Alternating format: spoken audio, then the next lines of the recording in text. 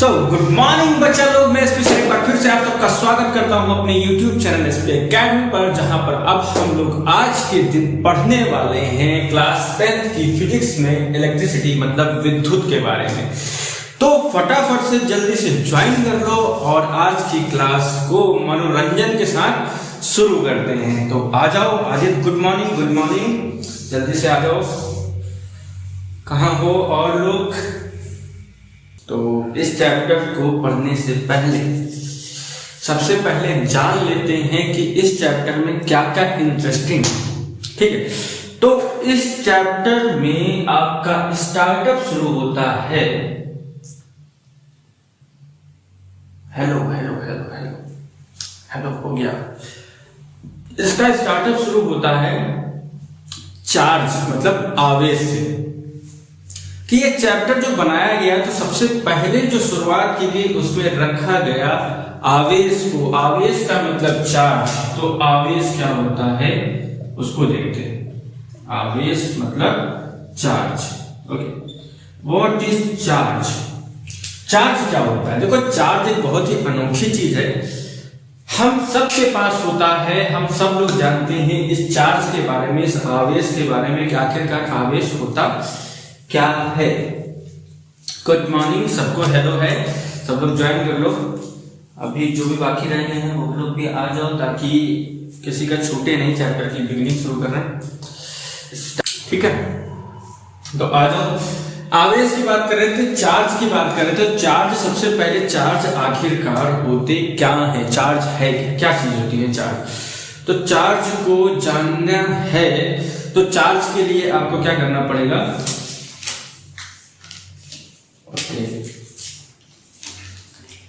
सोए नहीं, अरे सोना तो सबके लिए जरूरी होता है, सोना भी तो सबसे अच्छा है। तो ऐसा करो, सबसे पहले ये जो छोटे छोटे कागज है, मतलब एक कागज को ऐसे छोटे छोटे भागों में जल्दी से काट लो।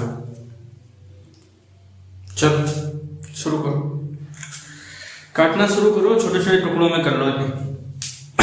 फिर जादू करते हैं, फटाक से आ जाओ, ज्वाइन करो और इसे ऐसे करके छोटे छोटे टुकड़ों में रख लो।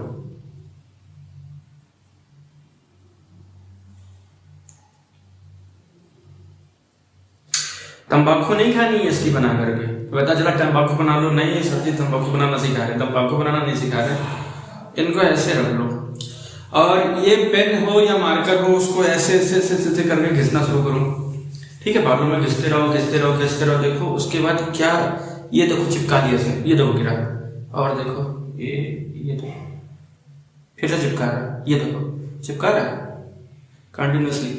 और दिखाते हैं पास से, थोड़ा सा और पास से दिखाते हैं। ये हाथ है मेरा, ये मार्कर लेके और ये देखो चिपका लिया इसने, ये गिरा, ये आया, और कम रगड़ रहे हैं, थोड़ा सा और घिसो, कस के घिसो, जल्दी घिसो और बताओ किसका ये हो रहा है प्रोसीजर, किसका प्रोसीजर हो रहा है। ये इसमें ये छोटे छोटे टुकड़े देखो, ये देखो चिपक गया, ये गिरा, फिर गिरा, ये देखो फिर गिरा। इसको बिना छुए टच किए आप देख रहे हो कि ये देखो चिपक गया, तो चिपकी गया, ठीक है। तो इस तरीके से देख रहे हो कि ये सब क्या हो रहे हैं, एक दूसरे के से चिपकने लगते हैं। मेरे से नहीं होगा, क्यों नहीं होगा बेटा? तेल लगाने की कोई जरूरत नहीं है, इसमें तेल की जरूरत नहीं पड़ेगी, तेल की जरूरत नहीं पड़ने वाली। अरे ऐसा कुछ नहीं होता है कि तेल लगाएंगे तभी होगा। इसी बात को तो समझाना है, ये जो चार्ज है आखिरकार होता क्या है, इसी बात को तो समझाना है। तो सबसे होगा, देखो करके देखो आदित्य, ऐसा नहीं कि नहीं होगा।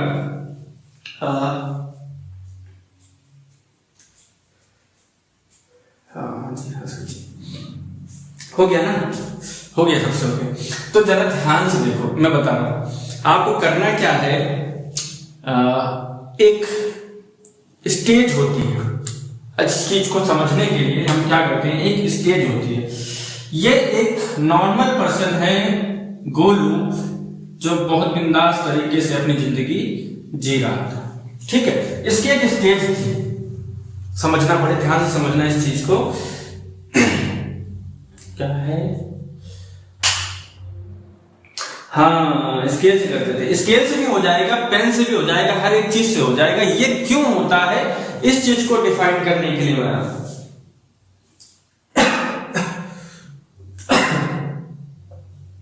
बहुत सही, वही एक जगह मिली थी दिखाने के लिए, और किसी को नहीं दिखा सकते थे क्या, टीचरों को भी दिखाया करो, हमें भी दिखाओ करके। तो ये आदित्य महाराज है, ठीक है। तो ये आ गए आदित्य जी। आदित्य जी क्या थे, तो नहीं मतलब स्टैंडर्ड में घूम रहे थे, बहुत ही नॉर्मल पोजीशन में थे, ये एकदम बिल्कुल स्वैग में थे, यस यस करके में, ठीक है, यो यो हनी सिंह वाला गाना गाते हुए ये बहुत ही स्वैग में थे, अपना टहल घूम रहे थे। इनकी स्टेज क्या है, ये स्टेज है, और इस स्टेज को बोलेंगे नॉर्मल स्टेज, ठीक। तो ये है कैसी स्टेज, ये एक नॉर्मल स्टेज है, ठीक है, नॉर्मल स्टेज ले लिया। अब इस नॉर्मल स्टेज में एक दूसरा बंदा आता है यहाँ पर, ऐसे थोड़ा सा हंसता कट्टा सा, बहुत शैतान सा दिखता हुआ, ठीक है। ये आया, चलते चलते आया, इनकी तरफ बढ़ा और इनको दिया चटाक से, तो मतलब एक बहुत ही अच्छा खींच के दिया, ठीक है। जैसे ही आदित्य को पड़ा, इनकी जो नॉर्मल स्टेज थी कहां पहुंच गई, एक्साइटेड स्टेट, कहां पहुंच गई, एक्साइटेड। ये कैसे हो गया, एक्साइटेड हो गया, एक्साइटेड पहुंचा दी, एक्साइटेड स्टेट में पहुंच गए। इतने ज्यादा ये नॉर्मल मतलब कैसे, प्लेन रोड का मतलब नहीं है, यहां से मतलब है आपका मूड, ये जो नॉर्मल है, ये नॉर्मल स्टेज का मतलब हो गया आपका मूड। जैसे आप साइलेंस मूड में, स्वैग में बोला ना मैंने, जैसे स्वैग हनी सिंह का गाना गा रहे थे, आराम से बिल्कुल नॉर्मल घूम रहे थे, ये भैया जी आए, इन्होंने क्या किया, एक सपाक से आपको दे दिया। अब जैसे ये दिया, आपकी जो नॉर्मल स्टेज थी वो कहां, एक्साइटेड हो गई, मतलब आपने क्यों मार दिया मुझे मारा क्यों मार दिया, तो मारा क्यों, इस वजह से ये गुस्से में यहाँ लाल हो गए। ये क्या हो गया, यहाँ नॉर्मल थे लेकिन यहां से पहुंच गए लाल हो गए। तो इनमें क्या आने लगे, इनमें चार्ज आने लगे, चार्ज प्रोड्यूस हो गए कि तुमने मुझे मारा क्यों, इन्होंने इनको मारा, तो इस वजह से इनके पास क्या आ गया, इनके पास आ गया चार्ज, मतलब आवेश आ गया, ये आवेशित हो गए, इन्हें आ गया गुस्सा। इन्होंने कहा तुमसे बदला जरूर लेंगे, तो ये बदला लेने के लिए तैयार बैठे थे। तो बदला लेंगे कैसे, तो यहाँ पे बैठे एक्साइटेड स्टेट में, एक्साइटेड स्टेट में अब इनके पास कोई प्लान होगा कि किसी ना किसी तरीके से तो बदला लेंगे, इनको जरूर मारेंगे, ठीक है। अब इस बात पे आ जाओ कि इनके पास नॉर्मल स्टेज से ये कहां पहुंच गए, एक्साइटेड स्टेट में, मतलब इनके पास कोई ना कोई क्या आ गया, चार्ज, मतलब आवेश आ गया। तो इनके पास क्या आ गया, चार्ज आ गया, आवेश आ गया। आवेश अगर आ गया, आवेशित हो गए, ये क्या हो गया, आवेशित हो गए। आवेशित होने के बाद इस स्टेज को बोल दिया गया एक्साइटेड स्टेट, मतलब जहां पर ये पहुंच जाते हैं, एक्साइटमेंट में आ जाते हैं कि नहीं ऐसा कैसे हो गया, मैं कोई बदला लूंगा। लेकिन करे तो करे क्या, ये पड़े पिद्दी से और ये पड़े मोटे तगड़े से। अगर ये पिद्दी सा है तो इससे बदला नहीं ले सकता। सिमिलरली ये मार्कर है, क्या ये मार्कर, ये आपका स्केल या फिर कोई पेन, अगर आप उसे रगड़ते हो या पीटते हो तो क्या वो आपसे बदला ले पाएगा, नहीं ले पाएगा। वो क्या होगा, वो आवेशित हो जाएगा। आवेशित का मतलब उसके अंदर चार्ज आ जाएगा, और वो चार्ज किन पर उतारेगा, छोटे छोटे पार्टिकल्स पे। ये जो छोटे छोटे पार्टिकल्स होते हैं, ये जो छोटे छोटे पार्टिकल्स हैं, अगर कहीं से भी इनको रगड़ देते हैं तो ये छोटे छोटे पार्टिकल्स को क्या करेगा, चिपका लेगा, ठीक। तो ये होता है आवेशित होना, मतलब उसके अंदर क्या आ गया, चार्ज आ गए, चार्ज प्रोड्यूस हो गए। एक इंसान के अंदर चार्ज प्रोड्यूस हो गए, कैसे प्रोड्यूस हो गए, जब उसे कोई दूसरा बंदा एनर्जी देता है। मैंने क्या किया था, मैंने इसको एनर्जी दी, कैसे दी, काइनेटिक एनर्जी दी, काइनेटिक एनर्जी दी, जैसे कि काइनेटिक एनर्जी दी, और वैसे ही इसके अंदर क्या आ गया, चार्ज प्रोड्यूस हो गया, और इसके अंदर क्या हो गया, छोटे छोटे पार्टिकल्स को, छोटे छोटे प्रोडक्ट को, टुकड़ों को अपनी ओर आकर्षित करने पर का गुण ही क्या कहलाता है, चार्ज कहलाता है, ठीक है। तो property of attract the small टिनी particles is called charge, ठीक।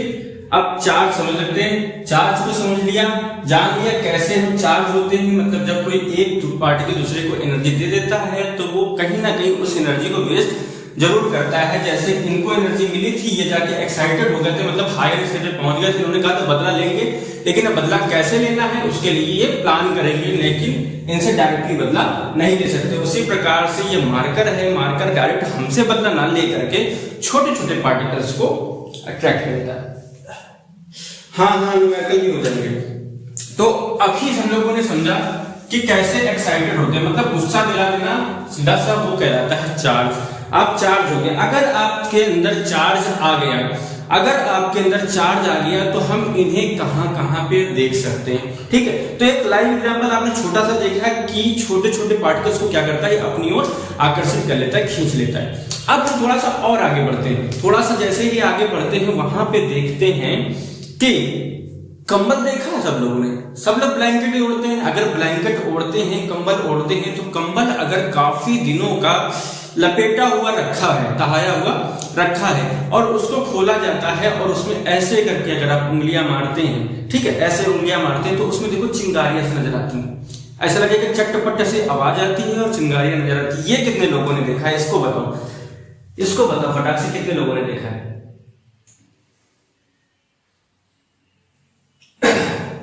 इसको बता दो जल्दी से, कितने लोगों ने देखा है कि जब हम ऐसे हाथ मारते हैं तो उसमें क्या निकलती, चिंगारियां निकलती रहती है? कितने लोगों ने देखा? और जिन्होंने देखा नहीं है तो उनके लिए एक और एग्जांपल है। आप जाते होंगे पर्दे पे, पर्दा मतलब कर्टन, कर्टन में पड़ा, कर्टन में ऐसे हाथ मार के देखना तो वो भी चरचराहट की आवाज देता है ज्यादातर, ठीक है। तो ब्लैंकेट में ज्यादा चीजें होती हैं, रजाई वगैरह में नहीं होती हैं। एक ब्लैंकेट आता है ब्लैक वाला, उसमें तो और ज्यादा होती है। एक बार फिर से क्या, एक बार फिर से बता देते हैं। देखो ऐसा करते हैं, हमारे पास ब्लैंकेट है, ब्लैंकेट जो काफी दिनों से रखा हो और उसे ऐसे ओपन किया जाए और ओपन करने के बाद उसमें ऐसे करके हाथ, मतलब अपनी फिंगर्स को ओपन करके अगर ऐसे हाथ मारोगे तो जिस जगह से खुलता जाएगा जहां जहां ब्लैंकेट, वहां पर चरचराहट की आवाज आएगी। और अगर उसमें आप ब्लैंकेट के अंदर घुसे हुए हो तो उसमें हल्की हल्की सी लाइटिंग दिखाई देगी। ये भी एक एग्जांपल होता है चार्ज प्रोड्यूस करने का। तो हम चार्ज भी प्रोड्यूस करते हैं, ठीक है, इस तरीके से भी चार्ज को प्रोड्यूस कर देता है। हाँ, तो देखा है, वेरी गुड। अगर देखा है तो अब हम इसकी डेफिनेशन बता देते हैं। तो सिंपल सी बात है, जब एक मटेरियल को दूसरे मटेरियल पे क्या कहता है, रब किया जाता है, रगड़ा जाता है। जब एक मटेरियल को दूसरे मटेरियल पे रब करके रगड़ने पर जो चीज उसमें छोटे छोटे कणों को आकर्षित करने का गुण आ जाता है, उसे हम क्या कहते हैं, चार्ज कहते हैं, मतलब आवेश कहते हैं। ये चीज समझ गए। अब हम पढ़ते हैं आवेश। अब हम लोग क्या करते हैं, एक डेफिनेशन बनाई गई, उसको दे दिया गया नाम करंट। करंट हमें बता दिया गया, करंट में बता दिया, करंट को बोलते हैं धारा, वैद्युत धारा मतलब करंट, इलेक्ट्रिक करंट जिसे कहते हैं। और इसमें क्या फ्लो होगा, इसमें फ्लो होगा चार्ज। चार्ज का जो रिप्रेजेंटेशन होता है उसको कहते हैं क्यू। चार्ज को किससे रिप्रेजेंट करते हैं, क्यू से रिप्रेजेंट करते हैं। तो यहाँ पे लिख दिया गया क्यू। और ये जो बह रहे थे ये 1 सेकेंड में कितना बह रहे थे, कितने, 1 सेकेंड में। तो charge flowing per unit second, charge flowing per unit second, एकांक समय में बहने वाले आवेशों की संख्या को क्या कहते हैं, वैद्युत धारा कहते हैं। या फिर आवेश प्रवाह की दर को वैद्युत धारा कहते हैं। Rate of flow of charge is called electric current. तो कोई भी डेफिनेशन आप लिख सकते हैं, ठीक।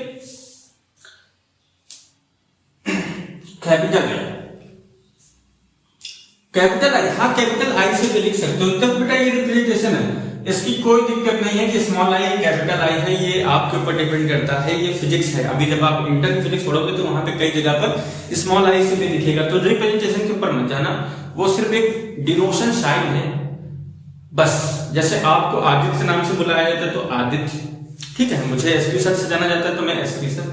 तो ये डिनोशन है, आपको एक अलग डिजिट दी गई है, ठीक है। तो इसी प्रकार से यहाँ आई लिखा रहता है, इसको स्मॉल आई भी लिखते हैं, क्यू बाई टी ये भी लिखा जा सकता है। दो मतलब का डिनोशन चलता है। अब बात करते हैं, तो rate of flow of charge is called electric current. Electric current की जो यूनिट बनाएगी उसे कहा गया एम्पियर। क्या बोलते हैं, एम्पियर, ठीक, एम्पियर लिख देते हैं। इसकी यूनिट क्या होगी, एम्पियर होगी। अब जैसा कि डेफिनेशन में लिखा है, मैं इसका एक क्वेश्चन पूछता हूं आप लोगों के लिए। क्वेश्चन है, सभी लोग आंसर बताना। अगर मैं इस, जैसे कि बताया जाता है कि इस वायर, मतलब अगर ये वायर है, वायर मतलब तार है, तार में क्या बह रहे हैं, करंट, मतलब आवेश बह रहे हैं। तार में क्या बह रहे हैं, आवेश। जो आवेश हम लोगों ने प्रेजेंट किए थे, प्रोड्यूस करने मतलब उत्पन्न करने के बाद अगर उन्हें तार में बहाया गया तो वो क्या बन जाती है, विद्युत धारा बन जाती है। जैसा कि हम लोग इलेक्ट्रिक देखते हैं, इलेक्ट्रिक करंट हमारे घरों में फैली हुई है, तार लगा देते हैं, इधर तार जोड़ा, इधर तार जोड़ा, करंट का फ्लो शुरू हो जाता है। तो अगर बाई चांस कि कहा जा रहा है कि फ्लो ऑफ चार्ज मतलब आवेश बह रहे हैं, ठीक, आवेश का प्रवाह हो रहा है। अगर प्रवाह हो रहा है, फ्लो हो रहा है, तो इट्स मीन अगर हम तार काट दें तो यहां से आवेश का गिरना शुरू हो जाना चाहिए। क्या ये पॉसिबल है? बताओ। मेरे क्वेश्चन समझ पाए? मैंने क्या पूछा, इसका आंसर मुझे कि अगर इस तार में करंट बह रही है, आवेश बह रहा है, तो आवेश अगर तार को काट दिया जाता है तो क्या यहां पर आवेश गिर जाएगा? क्यू चार्ज जो है वो गिर जाएगा? बताओ। नहीं गिरेगा। अच्छा ठीक, अब नहीं गिरेगा का कारण बताओ। नहीं गिरेगा, बताओ, क्या तार से करंट गिरेगा? आवेश गिर जाएगा।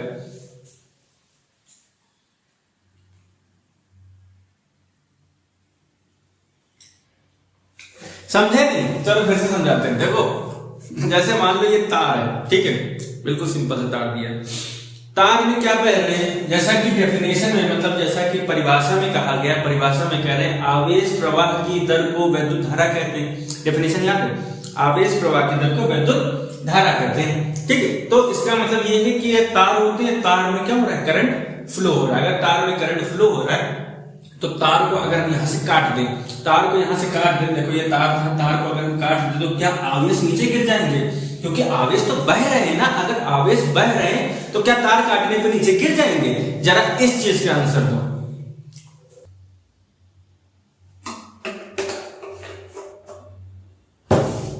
हाँ ठीक है। तो एक बात बताओ, कुछ लोग कह रहे हो प्रैक्टिकल मैं बताओ। अच्छा ठीक है, प्रैक्टिकली मैं बताता हूं। देखो क्या, जैसे मान लो बिजली वाले तार है, ठीक है, घर के तब अपने तार है, घर के तार उठाना, ठीक है, ऐसे करना नहीं तो बहुत मार पड़ेगी, घर वाले बहुत मारेंगे। मेरे कहने का मतलब है अगर ये तार जा रहा है, पंखे का तार है, उठाकर कैंची से बीच से काट दो, यहाँ ऐसी कैंची रखी, काट दिया बीच से, ठीक, तो क्या करंट यहाँ का वहां जाता है? नहीं जाता है, ये तो सबको पता होगा। तो क्या यहां अगर हम बाल्टी रख दें तो क्या इसमें आवेश गिर जाएंगे? अब बताओ, क्या ऐसा हो सकता है?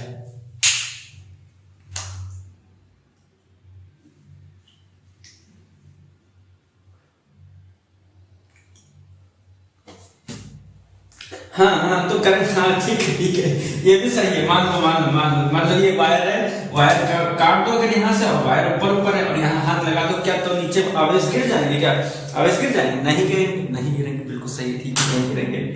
तो डेफिनेशन में क्यों बताया गया है कि फ्लो ऑफ चार्ज, मतलब डेफिनेशन में क्यों कहा जा रहा है कि आवेश का प्रवाह, तो डेफिनेशन में क्यों कहा जा रहा है?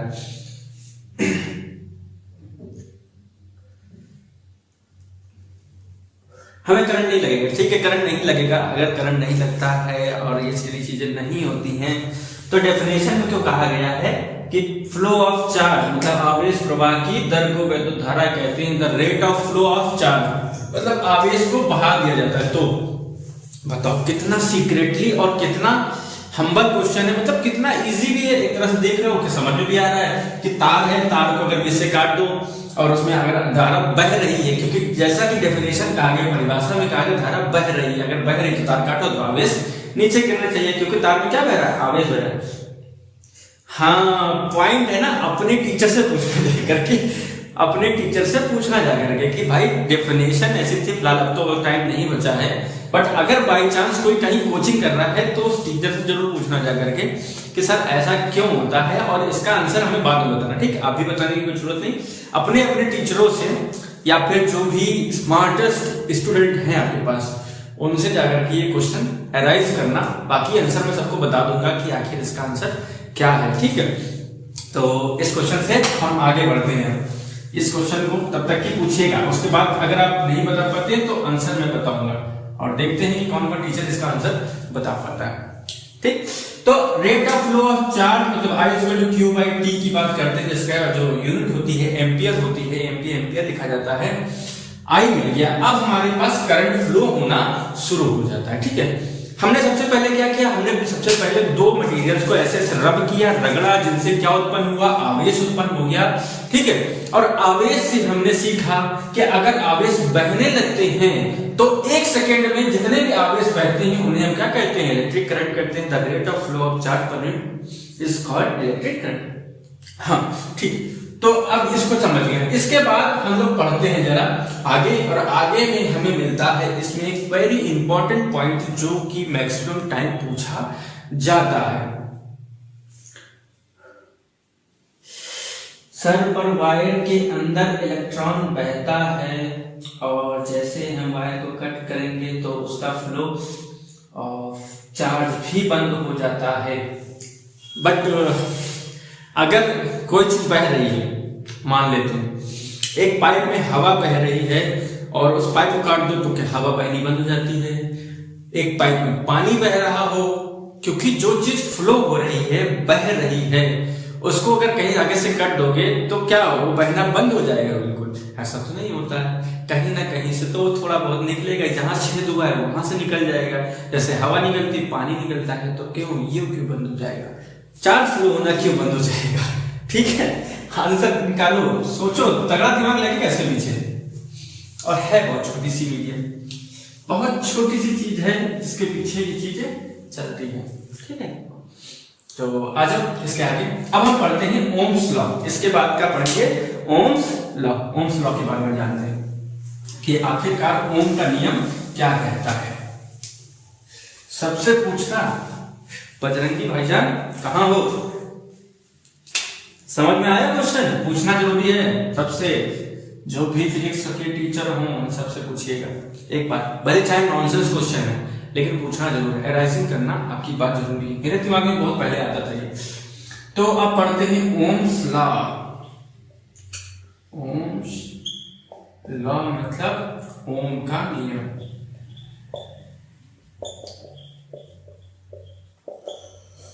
ओम के नियम के लिए सबसे पहले जो हम लोग देखेंगे वो होता है एक विद्युत परिपथ। ठीक है, विद्युत परिपथ में क्या करते हैं हम लोग, एक बल्ब लगा देते हैं। इलेक्ट्रिक सर्किट है, इलेक्ट्रिक सर्किट में एक बल्ब और एक बैटरी ऐड कर देते हैं।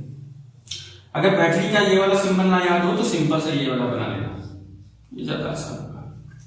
जैसे ही हम बैटरी को ऐड करते हैं और इसमें एक की लगा देते हैं, कुंजी, एक कुंजी लगा देते हैं के, एक स्विच कह सकते हैं या कुंजी कह सकते हैं या की कह सकते हैं, लगा दिया जाता है। ठीक है, और इसमें V वोल्ट की बैटरी को अप्लाई करते हैं। जैसे ही V वोल्ट की बैटरी अप्लाई करते हैं और इस स्विच को ऑन करते हैं, स्विच को ऑन करते ही इसमें फ्लो ऑफ करंट स्टार्ट हो जाता है। जैसे ही करंट का फ्लो होना स्टार्ट होता है, ये बल्ब क्या होगा, जल जाएगा। जल जाएगा ना, सब जानते हैं इस बारे में कि ये बल्ब जल जाएगा और जितनी करंट यहां दी है उतनी ही करंट यहां बैटरी में वापस भी आ जाती है। ये भी बात को आपको याद रखना है कि करंट, फ्लो ऑफ करंट जितना रहता है, मतलब अगर जितना इधर से गया है, क्योंकि पॉजिटिव से ही बैटरी के पॉजिटिव सिरे से चार्ज का फ्लो होना शुरू होता है और नेगेटिव सिरों पे खत्म होता है। इस बात को थोड़ा सा ध्यान देना। ठीक है, इतनी बातें हम लोगों ने समझ ली। ये था हमारे ओम के नियम का एक छोटा सा डायग्राम। इस डायग्राम में ऐसा बताया जाता है कि अगर इसकी फिजिकल कंडीशन को चेंज ना किया जाए, रिमेन्स रखा जाए, तो पहले हिंदी में और इंग्लिश दोनों प्रकार की डेफिनेशन मैं बता दूंगा, दोनों प्रकार की डेफिनेशंस को आप लोग समझ लेना।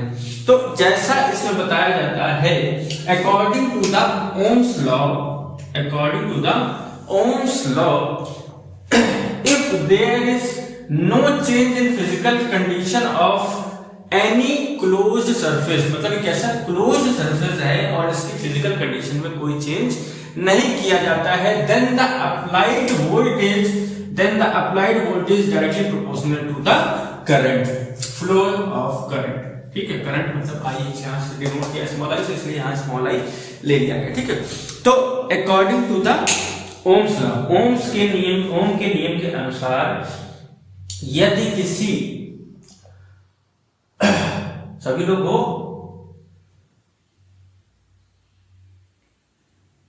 कहां गए? तो ओम के नियम के अनुसार यदि किसी बंद परिपथ की भौतिक अवस्था में परिवर्तन ना किया जाए तो उसमें लगाया गया विभवांतर, मतलब वो विभव बहने वाली धारा के अनुक्रमानुपाती होता है। ठीक है, इतना हो गया। अब इसको देख लेते हैं, V is directly proportional to I, V is directly proportional to I, ये पहुंच गया।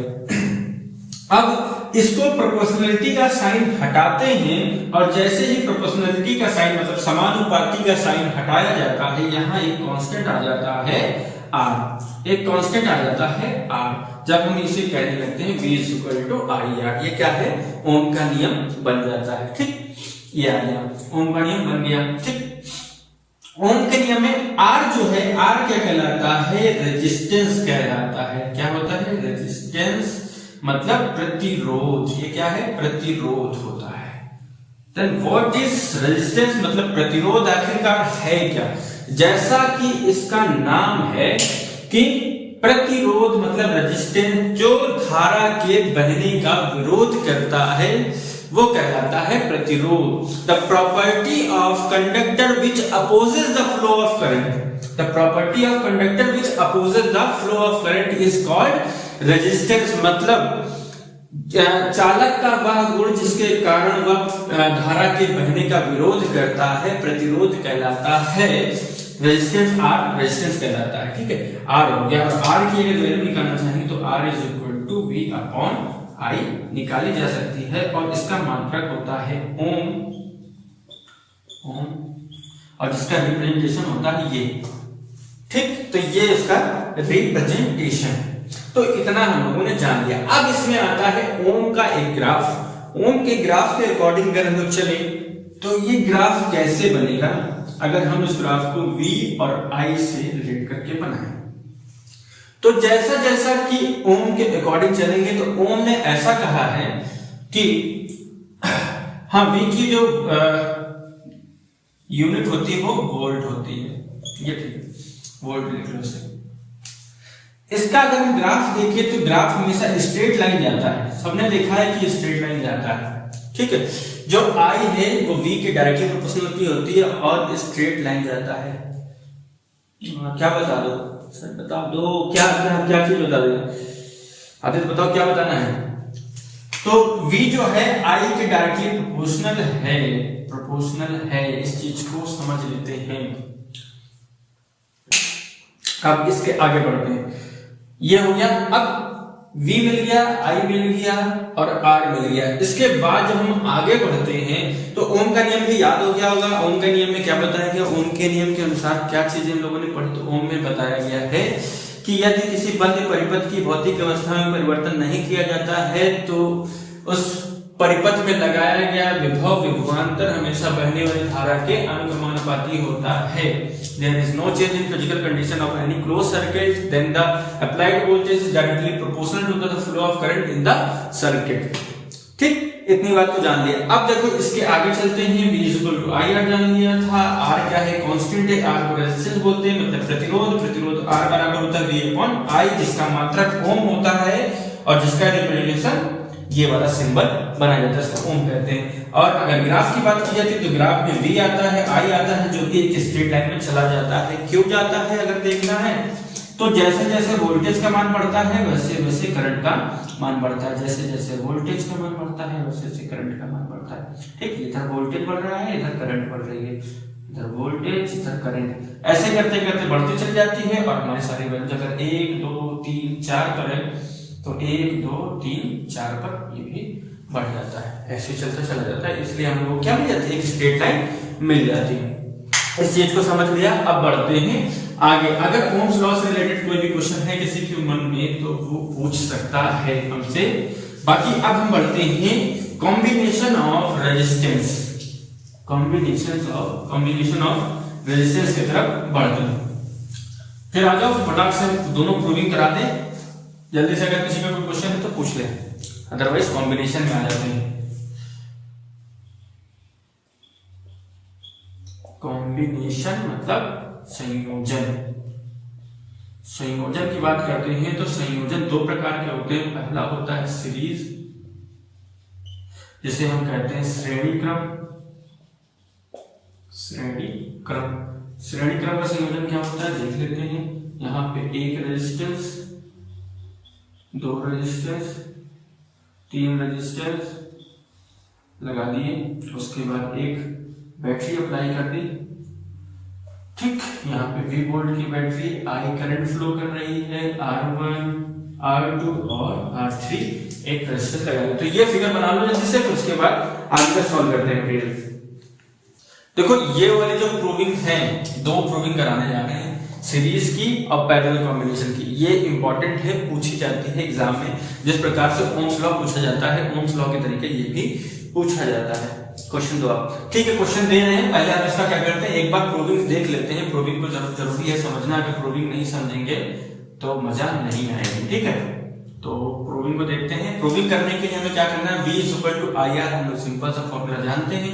क्योंकि ये कैसे सिंगल वायर में जुड़े हैं, सिंगल वायर में क्या होता है, फ्लो ऑफ करंट जो है वो सिमिलर होता है। अगर इसमें आई है तो इसमें आई है और इसमें भी आई रहेगा, क्योंकि आई का मान सब में सेम होने वाला है। अगर आई का मान सेम होगा तो पहले रेजिस्टेंस की बात करें तो वहां पे V = I R1 हो जाएगा और V2 = I R2 हो जाएगा। ये 1 हो गया, ये 2 हो गया, और ऐसे ही थर्ड की बात चलेगी तो I R3 हो जाएगा, ये थर्ड मिल गया, ठीक है। इसके बाद टोटल वोल्टेज की बात करते हैं। टोटल वोल्टेज कितना लगा, V लगा है, V1 + V2 + V3, तो V1 + V2 + V3 सारी वैल्यूज पुट अप कर देते हैं तो I R1 + I R2 + I R3 मिल जाएगा। सब में से I को कॉमन कर लो तो I कॉमन हो गया, यहाँ बचा R1 + R2 + R3, ये मिल गया। I को नीचे इसके भेज देंगे तो ये हो जाएगा V/I = R1 + R2 + R3, और V/I को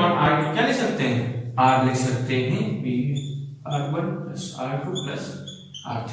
तो ये फॉर्मूले को आप तैयार कर लो, यही फॉर्मूला आपके काम आने वाला है न्यूमेरिकल सॉल्व करने में, ठीक है। न्यूमेरिकल बेटा स्ट्रीम कट गई थी, हुआ कुछ नहीं था। ये बताओ, अच्छा ये समझ में आ गया था, ये सीरीज कॉम्बिनेशन जो है, क्या आपको समझ में आया? हाँ, हेलो बजरंगी, तुम ही हो जो कटवा देते हो सब कुछ, पूरी स्ट्रीम कट हो जाती है एकदम से नेटवर्क जाता है, नेटवर्क जाने के बाद ठप, ठीक है। इसलिए आ जाओ फटाफट, ज्वाइन हो गया। तो अब ये बताओ कि ये बात समझ में आ गई, यानी प्रूविंग आ गई समझ में? हाँ, सबको हेलो, ये तैयार हो गया? हाँ, ठीक है। अगर आ गया तो इसके बाद का नेक्स्ट कॉम्बिनेशन पढ़ते हैं, मतलब नेक्स्ट संयोजन पढ़ते हैं, तो वो होता है समांतर। कैसा होता है समांतर, जिसे हम कहते हैं पैरेलल। इसको हटा देते हैं सब पूरा, बहुत हो गया। अब पैरेलल के बारे में चलते हैं। तो पैरेलल को देखते हैं।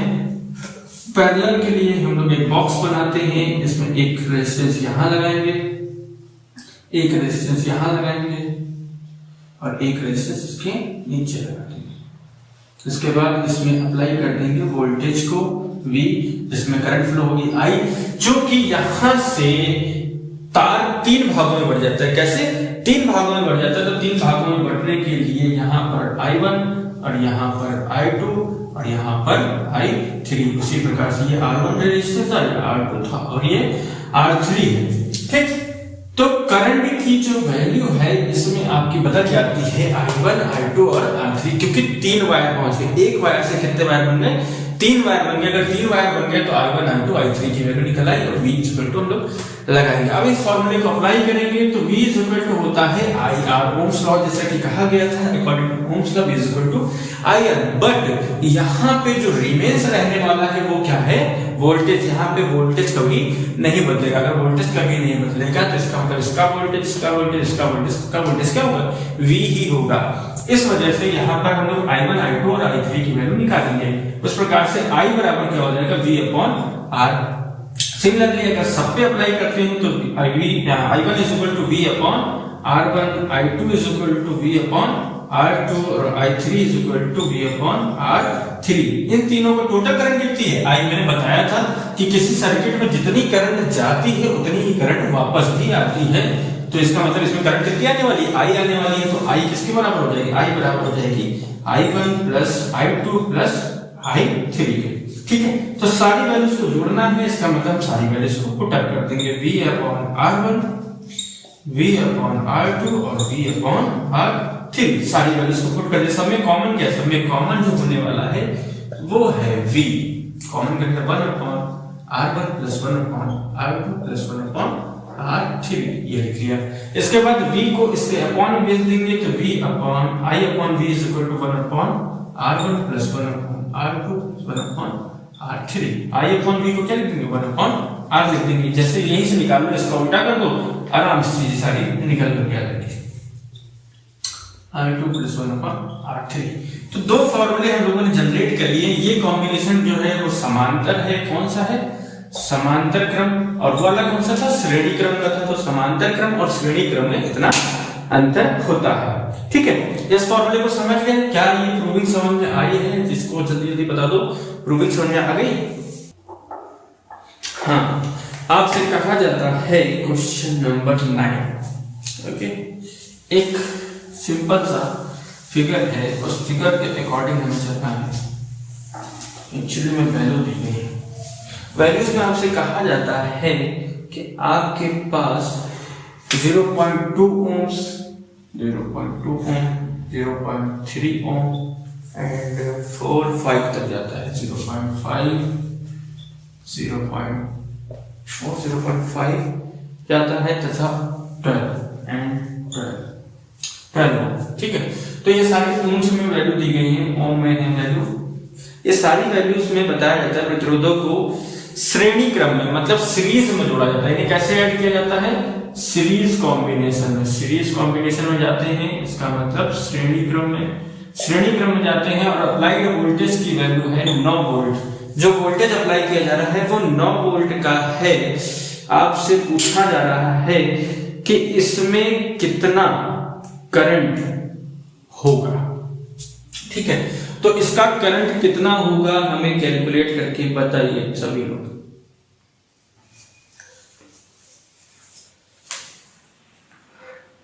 हाँ, भेज तो सकते हो और आप सिर्फ फोटो से भेज सकते हो। हाँ, समझ गए। कल ऐसा करेंगे, एक ग्रुप बनाते हैं व्हाट्सएप का, है ना, उस पर सेंड कर दिया करो।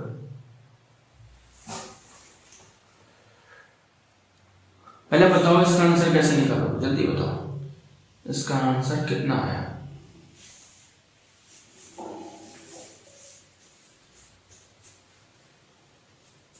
जीरो 0.3। हाँ, ये 0.3, 0.3।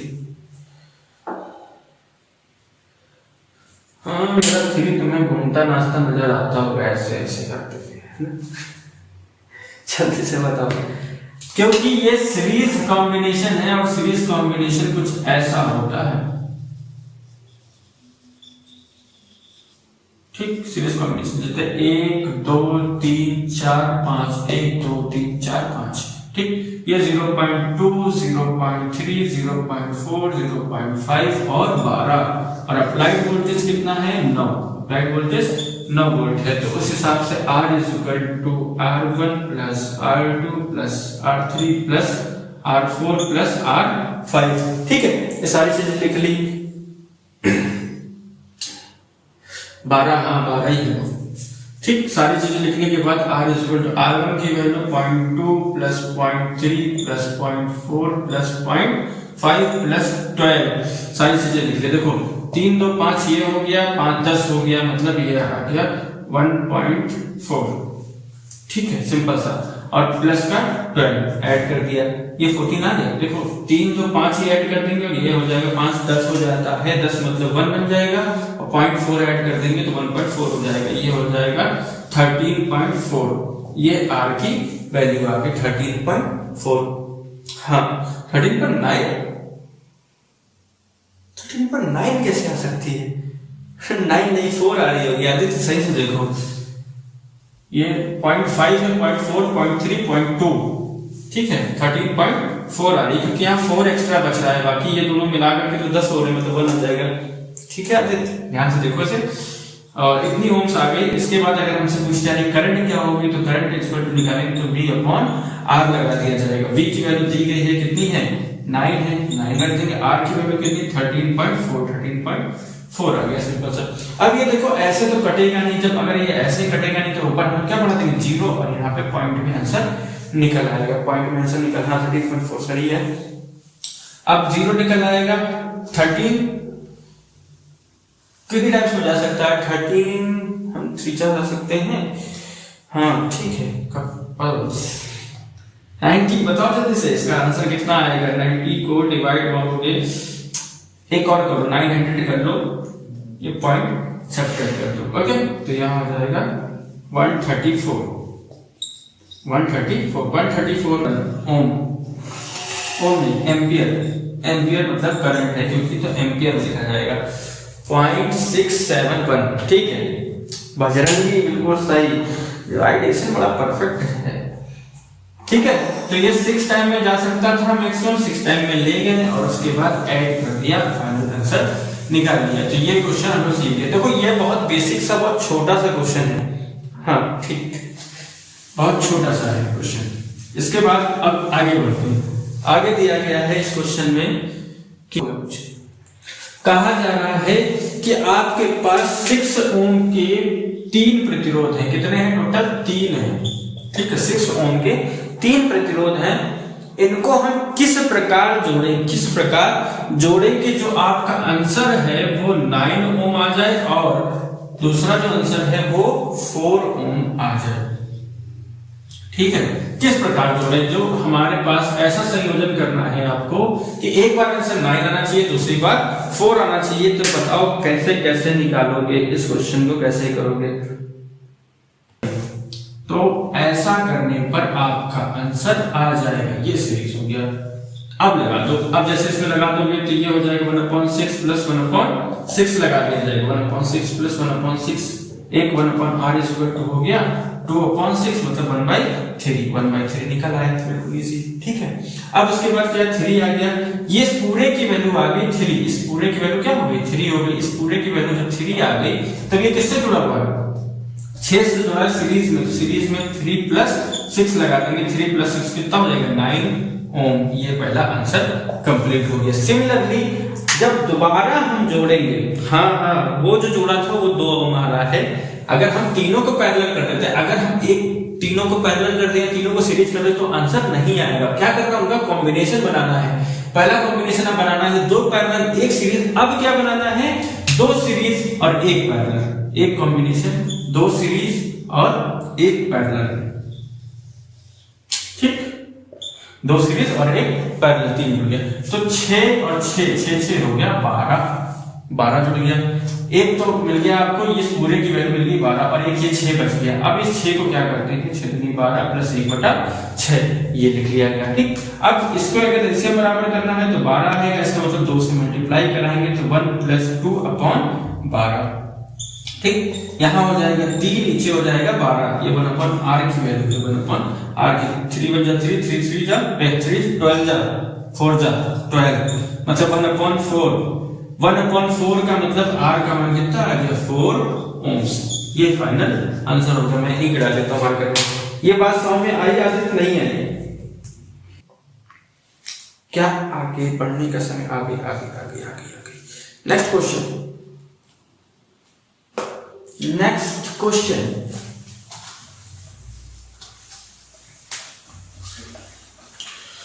नेक्स्ट क्वेश्चन की बात करते हैं। ये क्वेश्चन हम खुद बना करके आपको दे रहे हैं, आपको इसका आंसर निकालना है। हम ये बना कर दे रहे हैं आपको। ठीक है, आंसर आपको खुद निकाल करके बताना है। हाँ, नेक्स्ट बताते हैं आपको।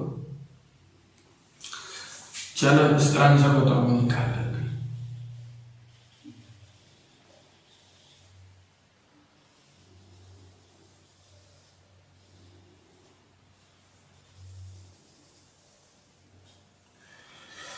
बताओ इसका टोटल रेजिस्टेंस क्या होगा, जल्दी बताओ। इसका टोटल रेजिस्टेंस क्या होगा? नेक्स्ट, हाँ बताओ। अब उन पहाड़ के नीचे आएगा। कहाँ आएगा? पहाड़ के नीचे। लग पाएगा या नहीं लग पाएगा, इसको भी बता दो जल्दी से। क्या आप लोग इसका आंसर निकाल पाएंगे? कृपया जल्दी से बताएं।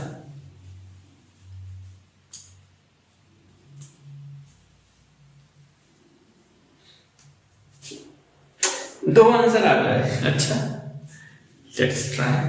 चल देखते हैं। पहले तो हमें ये सीरीज दिया था, ठीक है, तो ये दोनों सीरीज में हैं, इसका मतलब एक R इज इक्वल टू निकाला जाए तो 2 + 2 लगा देंगे, यहाँ पे R की वैल्यू आ जाएगी 4, ये पूरा हो गया 4। उसके बाद देखो ये इसके साथ कैसे है, पैरेलल में है, इसमें पैरेलल है, ठीक है, पैरेलल है। और इसके साथ साथ इसके साथ भी कैसा है, पैरेलल भी ही है। अगर पैरेलल है तो 1/r इज इक्वल टू 1/2 + 1/2 + 1/4 लग जाएगा। इस बात से सब लोग सहमत हो, ठीक है। कोचिंग वाले चैनल थोड़ा अलग, हाँ अलग होते रहते हैं, क्वेश्चन बनाने के ऊपर होता है।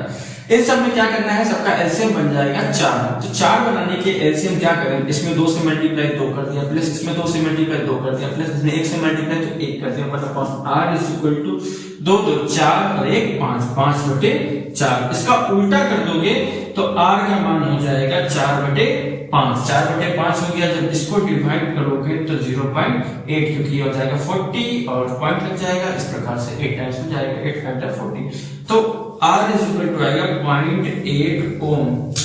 लो बजरंगबली जी गलत हो गए, अब तो फिर गड़बड़ हो गई। जैसे ध्यान से देखा करो कि एक वायर, कौन कौन से ऐसे वायर हैं जो सिंगल तार में रेजिस्टेंस लगाए गए हैं। जैसे कि ये रेजिस्टेंस और ये रेजिस्टेंस एक ही तार में है। यहां से अगर हम इस पॉइंट को मान ले तो ये पॉइंट A है और ये पॉइंट क्या बन गया, B बन गया। तो अगर ये पॉइंट है तो A से B के बीच में सिर्फ और सिर्फ पूरा तार है, सिंगल तार है, और ये कहीं से भी नहीं टूटा। उसमें सिर्फ 2 रेजिस्टेंस लगे हैं, R1 R2, जिनको हम लिख लेंगे 4, लिख लिया जाएगा।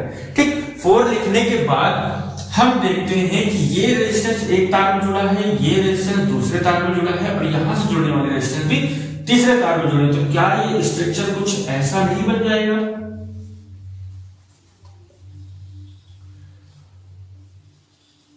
ये देखो ऐसा स्ट्रक्चर नहीं बन जाएगा।